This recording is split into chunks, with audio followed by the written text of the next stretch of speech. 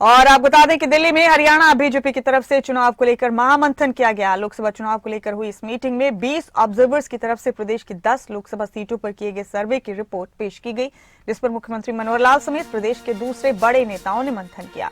इस मीटिंग में उम्मीदवारों के नामों पर मंथन के बाद केंद्रीय चुनाव समिति को भेज दिए गए। अब केंद्रीय नेतृत्व इन नामों पर अपनी अंतिम मोहर लगाएगा। खबर है कि हरियाणा चुनाव समिति की बैठक में 9 सिटिंग सांसदों के नाम केंद्रीय चुनाव समिति को भेजे गए हैं, जिन्हें पैनल में शामिल किया गया है।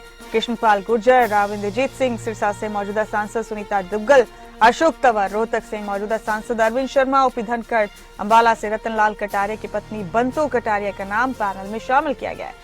केंद्रीय मंत्री भूपेंद्र यादव का नाम पैनल में नहीं है। इनके नाम पर फैसला केंद्रीय चुनाव समिति करेगी। हालांकि इसको लेकर अभी कोई आधिकारिक जानकारी सामने नहीं आई है।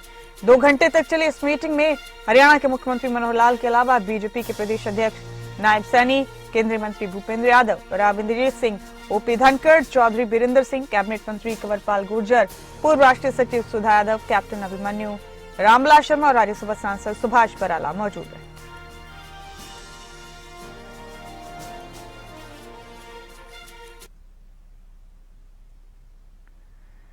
तो हरियाणा में 10 सीटों पर चुनाव लड़ेगी बीजेपी। सूत्रों के हवाले से आपको ये खबर दे रहे हैं, हरियाणा की सभी 10 सीटों पर बीजेपी चुनाव लड़ेगी। यानी अभी तक जो खबरें मिल रही हैं उनके मुताबिक गठबंधन में लोकसभा का चुनाव नहीं लड़ा जाएगा हरियाणा में बीजेपी की तरफ से। सिटिंग सांसदों पर केंद्रीय चुनाव समिति के स्तर पर ही फैसला किया जाएगा।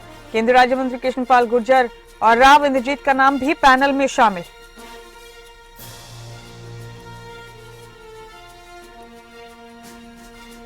विजय सिंह, कुलदीप बिश्नोई और कैप्टन अभिमन्यु हिसार सीट से उम्मीदवार हो सकते हैं।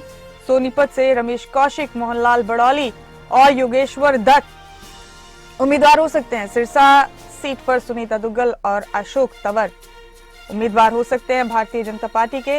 अंबाला सीट से बंतु कटारिया, मरहूम रतनलाल कटारिया की धर्मपत्नी, कैंडिडेट हो सकती हैं। रोहतक से अरविंद शर्मा और ओपी धनखड़ समेत 3 नाम नजर में है। वहीं कृष्णपाल गुर्जर और विपुल गोयल फरीदाबाद सीट से लोकसभा के उम्मीदवार हो सकते हैं।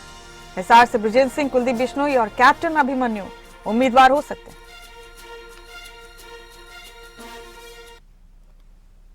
आज हरियाणा चुनाव समिति की बैठक हुई। माननीय हमारे नायब सैनी प्रदेश अध्यक्ष के अध्यक्षता में बैठक हुई और माननीय मुख्यमंत्री जी उसमें उपस्थित थे। हमारे प्रभारी विप्लव देव जी उपस्थित थे।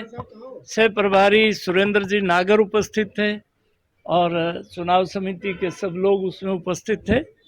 और भारतीय जनता पार्टी चुनाव के मोड में है और मैं उम्मीद करता हूं कि सेंट्रल इलेक्शन कमेटी की भी आज बैठक है। 2024 का हो गया मुहूर्त है। अगले 5 साल के लिए नरेंद्र मोदी की बहुत जरूरत